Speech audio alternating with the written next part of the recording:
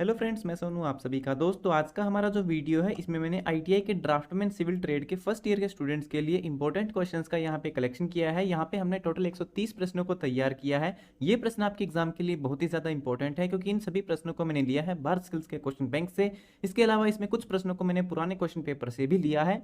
इस वीडियो में इन सभी प्रश्नों को कवर करना काफ़ी मुश्किल है, इसीलिए इस वीडियो के लिए मैंने जो है सिर्फ 10 इंपॉर्टेंट क्वेश्चंस को रखा है और बाकी के जो प्रश्न होंगे उनके आप पीडीएफ डाउनलोड कर लेना, जिसका लिंक मैंने वीडियो के डिस्क्रिप्शन में डाल दिया है। वहां से आप जाकर के सभी प्रश्नों की पीडीएफ को डाउनलोड कर सकते हो।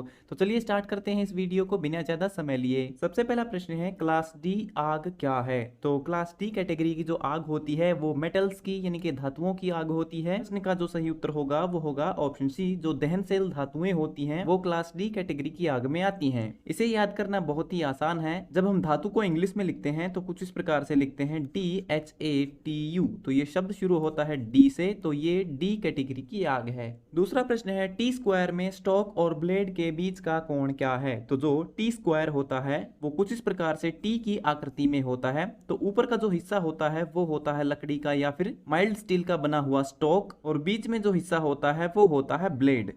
तो इनके बीच का जो ये कोण होता है ये कितने डिग्री का होता है? ये होता है 90 डिग्री का, जो कि ऑप्शन डी यहाँ पे आपका सही है। तीसरा प्रश्न है, वृत्ताकार चांदे में अधिकतम डिग्री कितनी मापी जाती है? यानी कि जो चांदा होता है, आपने देखा होगा कि जब हम स्कूल में थे तो हमारे ज्योमेट्री बॉक्स में एक टूल होता था जिसे हम कहते थे डी। उस डी से हम जो है कोण मापने का काम करते थे और उसे हिंदी में हम जो है चांदा कहते हैं। तो यहाँ पे एक वृत्ताकार यानी कि एक कंप्लीट गोल चांदे की बात की गई है। पूरा एक कंप्लीट वृत्त बनाता है और जो वृत्त होता है उसका जो कोण होता है वो कितने डिग्री का होता है? जो कंप्लीट घूमता है वो होता है 360 डिग्री का। तो इस प्रश्न का जो सही उत्तर होगा वो होगा ऑप्शन ए, जो वृत्ताकार चांदा होता है उसका अधिकतम जो कोण होता है वो 360 डिग्री का होता है। चौथा प्रश्न है, कौन सी धातु तांबे और टीन का मिश्रण है? तो तांबे और टीन की जो मिश्र धातु होती है वो होती है कांसा, जो कि ऑप्शन ए यहाँ पे आपका सही है। पांचवा प्रश्न है, पत्थर की चिनाई में जोड़ क्या है? तो यहाँ पे चित्र में जो आपको जोड़ दिखाई दे रहा है इसमें आप ध्यान से देखोगे तो पत्थर के एक टुकड़े के अंदर की तरफ जो है ग्रूव कटे हुए हैं और एक पत्थर के बाहर की तरफ इस तरह से जो है एक निशान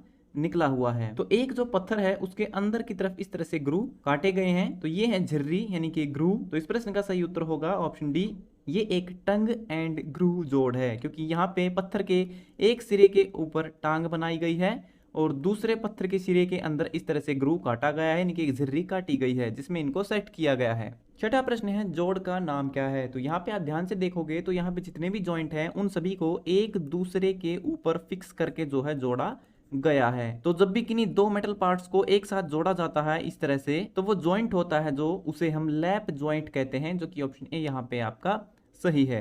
सातवां प्रश्न है, एक ब्रिज जिसमें 12 मीटर से कम का विस्तार होता है डैश कहलाता है। ब्रिज यानी कि कोई भी पुल।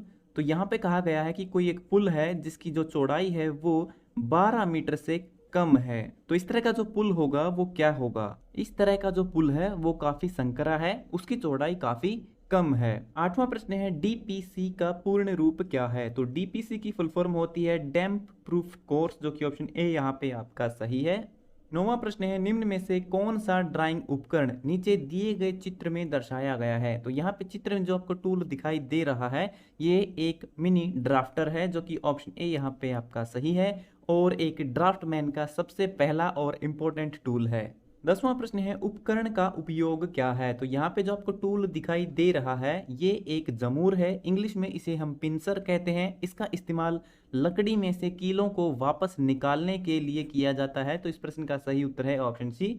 तो दोस्तों ये था हमारा आज का वीडियो जो हो गया है कंप्लीट। उम्मीद करता हूँ ये वीडियो आपके लिए फायदेमंद रहेगा। अगर आपका कोई और सवाल है तो वो भी आप कमेंट बॉक्स में लिख के पूछ सकते हो। तो मिलते हैं हमारी अगली वीडियो में, तब तक के लिए नमस्कार।